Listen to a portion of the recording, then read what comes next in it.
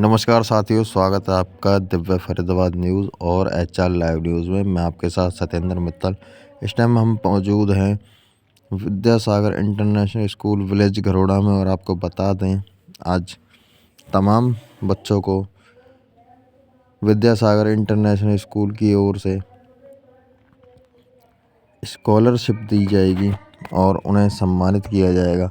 आप सीधे तस्वीरों में देख सकते हैं, तमाम गणमान्य लोग दीप प्रज्वलित करके इस प्रोग्राम की शोभा बढ़ाते हुए आपको नज़र आ रहे होंगे और स्कूली टीचर्स के द्वारा भी दीप प्रज्वलित करके इस प्रोग्राम की शोभा बढ़ाते हुए नज़र आएंगे। और सामने देख सकते हैं विद्यासागर इंटरनेशनल स्कूल के डायरेक्टर दीपक यादव जी भी मौजूद हैं और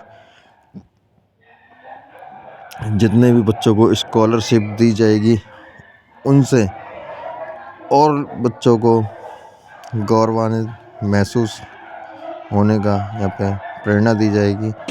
चांदपुर चौकी इंचार्ज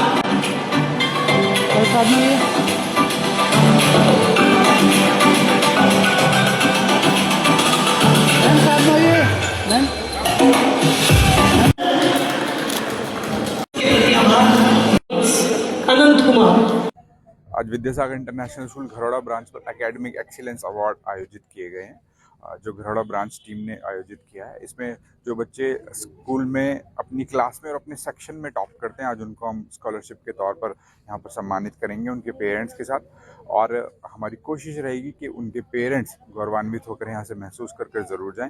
उसके लिए प्रोग्राम आयोजित किया गया। कितने बच्चों को सम्मानित किया जाएगा? करीब 50 के आसपास हर साल आसपास इतने ही बच्चे निकल कर आते हैं जिनको सम्मानित किया जाएगा, जिनको स्कॉलरशिप दी जाएगी। कितनी स्कॉलरशिप दी जाएगी?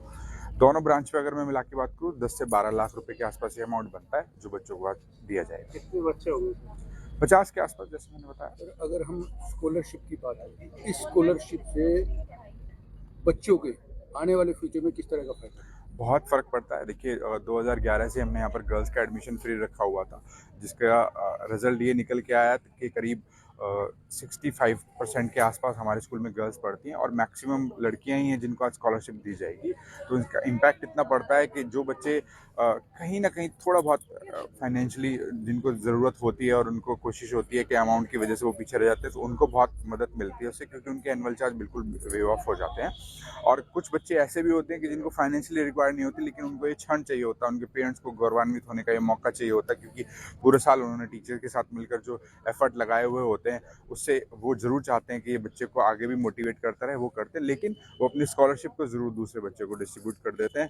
तो ये बड़ा अच्छा हमारे लिए भी होता है। अगर स्कॉलरशिप की बात की जाए, स्कॉलरशिप के लिए क्या मापदंड तय किए गए? क्या सिर्फ अंकों को रखा गया है या अन्य गतिविधियों को भी? बहुत बहुत अच्छा सवाल है सर। इसमें बहुत बार ऐसा भी होता है कि बहुत सारे बच्चे क्लासेस में ऐसे भी हो जाते हैं, 2-3 बच्चे के जिनके मार्क्स बिल्कुल बराबर होते हैं, ठीक है, तो हमारे लिए बड़ा मुश्किल हो जाता है, लेकिन चुनना तो हमें एक को ही होता है। तो उसके लिए उसकी अटेंडेंस देखी जाती है, उसकी कल्चरल एक्टिविटी में परफॉर्मेंस देखी जाती है, उसके पेरेंट्स की सपोर्ट देखी जाती है, बाकी एक्टिविटीज़ में उसने कितना अच्छा पार्टिसिपेट किया, कितना ज़्यादा किया, उस हिसाब से फिर उसको ग्रेड करते हैं। ग्रामीण परिवेश के बच्चों को किस तरह के सहायक रहते हैं इस तरह के स्कॉलरशिप? बहुत बहुत ज़्यादा हेल्पफुल होता है ये बच्चों के लिए, क्योंकि पूरा साल और पेरेंट्स बच्चों के साथ मिलकर, टीचर्स के साथ मिलकर पूरी कोशिश करते हैं एक मार्क्स के लिए, उन्हें हर एक्टिविटीज़ में पार्टिसिपेट कराते हैं, और इससे जो फाइनेंशियली उनको हेल्प मिलती है, उनको बाकी अदर एक्टिविटीज़ में, बाकी अदर चीज़ों में अपने बच्चों को एक्सप्लोर करने के लिए वो ये मौका देते हैं।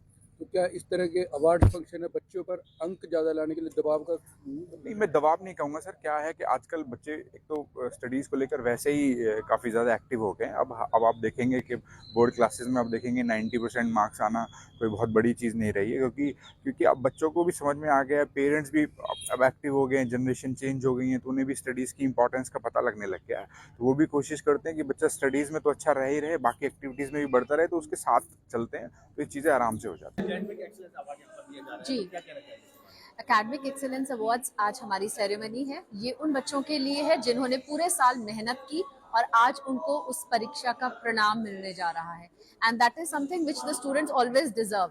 इस साल बल्कि हमने एक नई चीज और की है, हमने first second third position holders को तो अवार्ड किया ही है, जिसमें फर्स्ट पोजीशन होल्डर्स को स्कॉलरशिप मिलेगी जो स्कूल पिछले 15 सालों से दे रहा है, और उसके अलावा हमने इस बार एक नई कैटेगरी ऐड ऑन की है, वो है ओवरऑल इम्प्रूवमेंट। जिस बच्चे ने 2025 जब उसने 1 अप्रैल को सेशन स्टार्ट हुआ तब से अब 31 मार्च तक जब तक उसने जो इम्प्रूवमेंट दिखाई है उस बच्चे को भी हम अवार्ड दे रहे हैं, क्योंकि उस बच्चे को ये एहसास होना चाहिए कि मैंने पूरे साल में कितनी इम्प्रूवमेंट दिखाई है। इसलिए कैटेगरी भी रखी गई है बच्चों की अवार्ड की? जी हाँ, ये first second third position holders हैं। जिन स्टूडेंट्स ने 95% एंड अबव स्कोर किया है उनको फर्स्ट पोजीशन है, 90% एंड अबव वाले सेकंड पोजीशन कैटेगरी में आते हैं, depending upon their percentage basically. तो कितने बच्चों को है? आज हम टोटल 120 स्टूडेंट्स को मेडल्स और अवार्ड्स दे रहे हैं। संस्कार ही शिक्षा है जी विद्यासागर का स्लोगन है। जी, संस्कार हम ये मानते हैं कि जब वैल्यूज इनकलकेट होती है तभी हमारी एक सोसाइटी ओवरऑल इम्प्रूवमेंट की तरफ बढ़ती है। तो हम वैल्यू इनकलकेशन को अपना बेस मानते हैं और हम क्योंकि एज अ स्कूल हम होलिस्टिक एजुकेशन में बिलीव करते हैं, this is all round development. जब हमारे संस्कार अच्छे होंगे बच्चे का, तभी that leads to concentration and that further leads to discipline. बच्चे आगे कुछ सीख पाए, इसके लिए क्या संदेश देना चाहेंगे पेरेंट्स और बच्चों को? सबसे चीज है छोटी हैबिट से स्टार्ट कीजिए।